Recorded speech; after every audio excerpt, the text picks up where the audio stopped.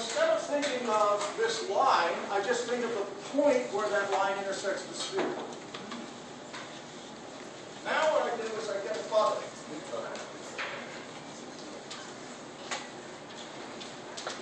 I look down on it.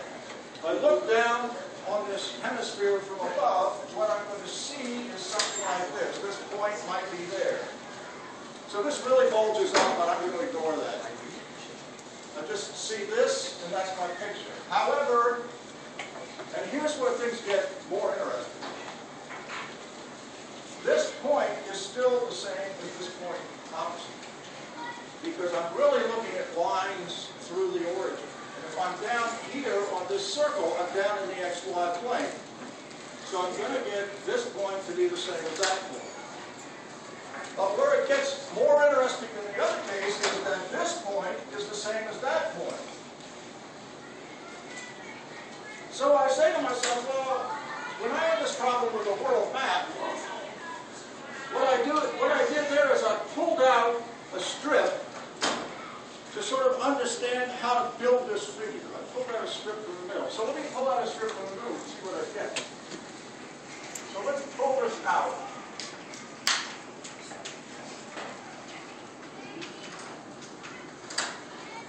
So when I say remove this, I mean remove the strip. Okay, so let me try to do this in the right order this time. So I pull out this strip and I hold it in my hand. And I ask you, now I ask you, what am I holding in my hand? Yes?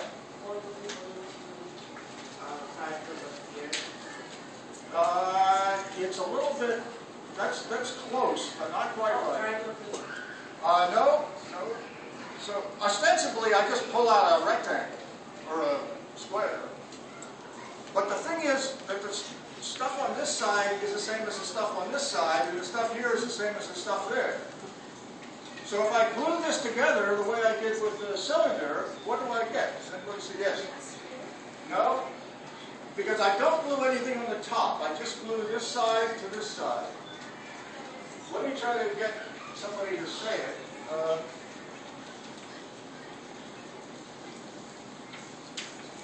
So I'm just looking at this strip. I pull it out, but this corner is the same as this corner.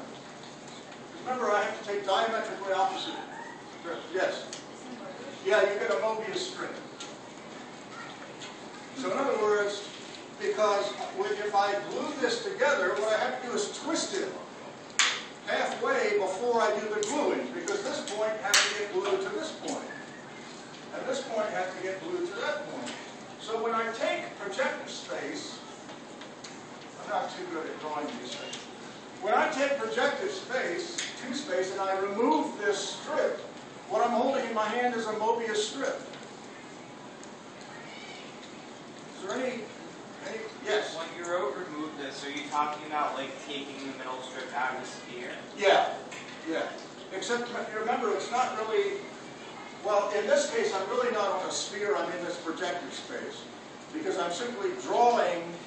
I have a way to schematically think about all the lines through the origin, and I just think of them as points on this upper hemisphere.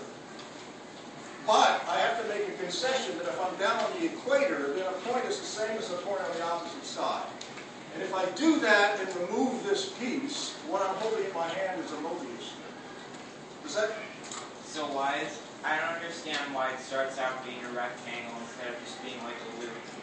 Okay, it's the same thing you do when you draw a world map. You say, if I take that strip in a world map, I won't embarrass myself by trying to draw a world in here.